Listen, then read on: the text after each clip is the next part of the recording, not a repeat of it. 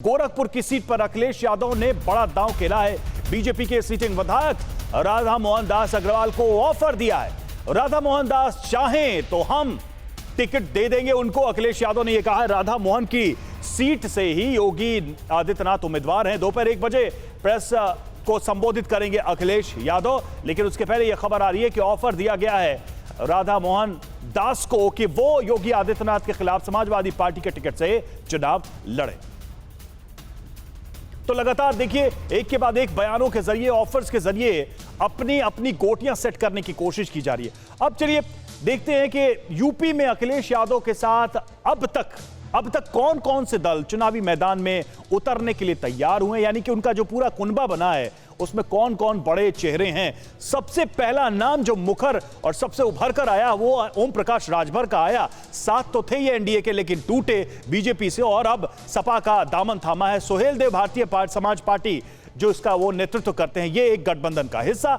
जयंत चौधरी राष्ट्रीय लोकदल आरएलडी, देखिए आरएलडी ने पश्चिमी उत्तर प्रदेश में बीजेपी के खिलाफ ये गठबंधन तैयार किया है। देखना होगा कि इसका क्या फायदा होता है। कृष्णा पटेल अपना दल और कमेरावादी यानी कि मां है अनुप्रिया पटेल की, उनका जो गुट है वो साथ में है। शिवपाल यादव जो चाचा पहले अलग थे, प्रगतिशील समाजवादी पार्टी पीएसपी, अब देखिए वो आ गई है समाजवादी पार्टी के साथ। और अगला नाम है संजय चौहान का, जनवादी पार्टी सोशलिस्ट, ये भी समाजवादी पार्टी के साथ चुनाव मैदान में। केशव देव मौर्य महान दल, ये भी अखिलेश के संग है। शरद पवार की राष्ट्रवादी कांग्रेस पार्टी भी अखिलेश के साथ चुनावी मैदान में। ममता बनर्जी का भी समर्थन टीएमसी की तरफ से।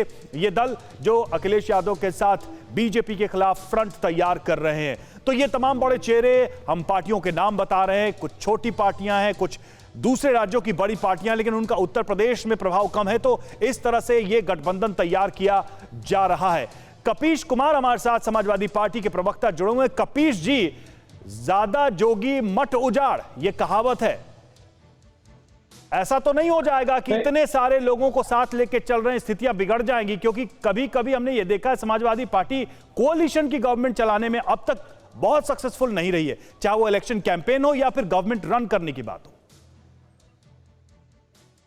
रवि भाई, सबसे पहली चीज तो हम आपको यह कहना चाहेंगे कि समाजवादी पार्टी ने अभी तक जिस तरीके से संलयन की क्रिया की है उससे पूरे भारतवर्ष में एक नया इतिहास, एक नई इबारत लिखने की कोशिश है।